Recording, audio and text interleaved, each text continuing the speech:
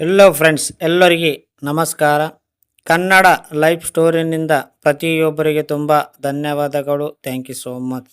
ಮನುಷ್ಯ ತನ್ನ ಅರಿವು ಮತ್ತು ಆತ್ಮಜ್ಞಾನದ ಕಡೆಗಿನ ಹುಡುಕಾಟವನ್ನು ಯಾವಾಗ ನಿಲ್ಲಿಸಿಬಿಡುತ್ತಾನೋ ಆವಾಗ ಆ ಜ್ಞಾನ ಆವರಿಸಿಬಿಡುತ್ತದೆ. ಈ ಸಂಘರ್ಷ ಪ್ರತಿಕ್ಷಣ ನಡೆಯುತ್ತದೆ ಮತ್ತು ಅದರಿಂದಾಗಿ ಪ್ರತಿಕ್ಷಣ ಅದು ನಡೆಯುವುದರಿಂದ ನಮ್ಮ ಬುದ್ಧಿಯನ್ನು ತೆರೆದಿಡಬೇಕೇ ಬೇಡವೇ ಎಂಬುದನ್ನು ನಾವು ನಿರ್ಣಯಿಸಿಕೊಂಡಿರಬೇಕು.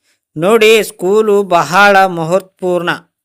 ನೀವು ಸ್ಕೂಲಿಗೆ ಯಾಕಾಗಿ ಹೋಗುತ್ತೀರಿ ಅಂದರೆ ನೀವು ಸಮಾಜದ ಓರ್ವ ಉಪಯೋಗ ಸದಸ್ಯನಾಗುವುದಕ್ಕಾಗಿ ಅಥವಾ ಯಾವುದೋ ಯೋಗ್ಯತೆ ಕೆಲಸವನ್ನು ಕಲಿಯುವುದಕ್ಕಾಗಿ.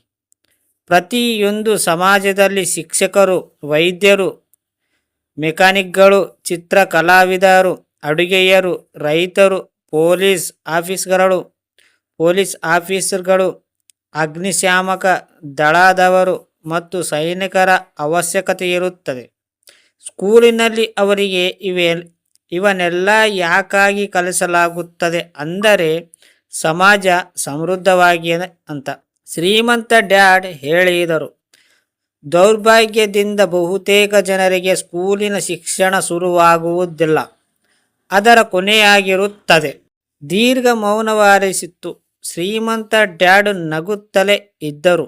ಆ ದಿನ ಅವರು ಯಾವ ಮಾತುಗಳನ್ನು ಆಡಿದ್ದಾರೋ ಆವಾಗ ನನಗೆ ಅರ್ಥವಾಗಿರಲಿಲ್ಲ.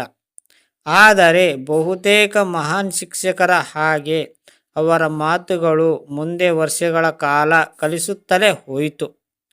ನಾನಿವತ್ತು ಸ್ವಲ್ಪ ಕಠೋರವಾಗಿದ್ದೇನೆ, ಶ್ರೀಮಂತ ಡ್ಯಾಡ್ ಹೇಳಿದರು. ಅವರು ಮುಂದುವರಿದರು. ನೀವು ಈ ಮಾತುಗಳನ್ನು ನೆನಪಿನಲ್ಲಿಟ್ಟುಕೊಳ್ಳಬೇಕಂತ ನಾನು ಬಯಸುತ್ತೇನೆ ಮತ್ತು ನೀವು ಯಾವಾಗಲೂ ಆ ಕಥೆಯನ್ನು ನೆನಪಿಕೊಳ್ಳಿ.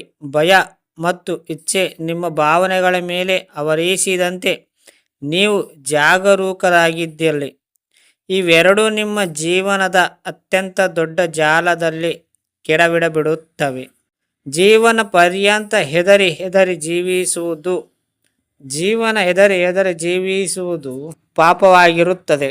ಹಣದ ಬಗ್ಗೆ ಕಠಿಣ ಪರಿಶ್ರಮ ಪಡುವುದು ಮತ್ತು ಅದು ನಮಗೆ ಖುಷಿ ಕೊಡುವುದಕ್ಕೆ ಬೇಕಾದನ್ನು ಖರೀದಿಸಿಕೊಡಬಲ್ಲದು ಎಂಬುದು ನಿರ್ಮಾತೆಯಾಗಿದೆ. ಬಿಲ್ಲು ಸಂದಾಯ ಮಾಡುವುದಕ್ಕಾಗಿ ಅರ್ಧ ರಾತ್ರಿಯಲ್ಲಿ ಎದ್ದು ಕೂರುವುದು ಜೀವನದ ಭಯಾನಕ ವಿಷಯವಾಗಿದೆ. ತಮ್ಮ ಸಂಬಳದ ಮೊತ್ತದ ದೃಷ್ಟಿಯಿಂದ ಜೀವಿಸುವುದು ಅದೊಂದು ಜೀವನವಲ್ಲ. ಯಾವುದೇ ನೌಕರಿಯ ನಿಮ್ಮನ್ನು ಸುರಕ್ಷಿತವಾಗಿ ಇಡುತ್ತದೆ ಎಂದು ಯೋಚಿಸುವುದು ಸ್ವತಃ ಸುಳ್ಳು ಹೇಳಿಕೊಂಡಂತೆ. ಇದೇ ಜಾಲದಿಂದ ನಾನು ನಿಮ್ಮನ್ನು ಈಗ ರಕ್ಷಿಸಲು ಆಹ್ವಾನಿಸುತ್ತಿದ್ದೇನೆ. ಈ ಹಣ ಜನರ ಜೀವನವನ್ನು ಹೇಗೆ ನಡೆಸುತ್ತದೆ ಎನ್ನುವುದನ್ನು ನಾನು ನೋಡಿದ್ದೇನೆ. ನಿಮಗೆ ಆಗದಂತೆ ನೋಡಿಕೊಳ್ಳಿ. ದೇವರಾಣೆಗೂ ಹಣ ನಿಮ್ಮ ಜೀವನವನ್ನು ನಡೆಸುವಂತೆ ಮಾಡಿದಿರಿ.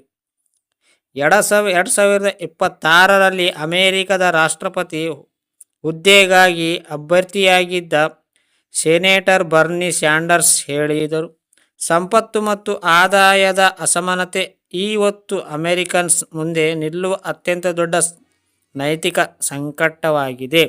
ಅರ್ಥ ಆಯ್ತಾ ಫ್ರೆಂಡ್ಸ್? ಈ ಸ್ಟೋರಿ ಇಲ್ಲಿಯವರೆಗೂ ಕೇಳಿದ ಪ್ರತಿಯೊಬ್ಬರಿಗೆ ತುಂಬ ಧನ್ಯವಾದಗಳು.